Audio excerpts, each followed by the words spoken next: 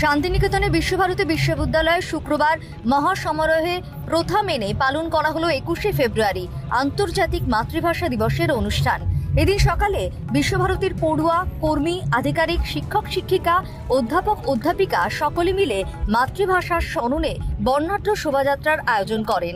Purabi gate থেকে এই শোভাযাত্রা শেষ হয় ইন্দিরা গান্ধী জাতীয় সংহতি কেন্দ্রে। আমার ভাইয়ের রক্তে রাঙানো 21শে ফেব্রুয়ারি গানটি গাইতে গাইতে এই শোভাযাত্রা এগিয়ে যায়। পরবর্তীতে ইন্দিরা গান্ধী জাতীয় সংহতি কেন্দ্রে মাতৃভাষা দিবস উপলক্ষে বক্তব্য রাখেন বিশ্বভারতীর উপাচার্য ও অন্যান্যরা।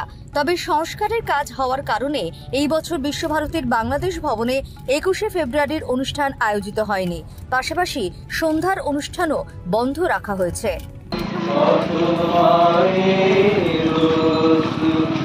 Karayi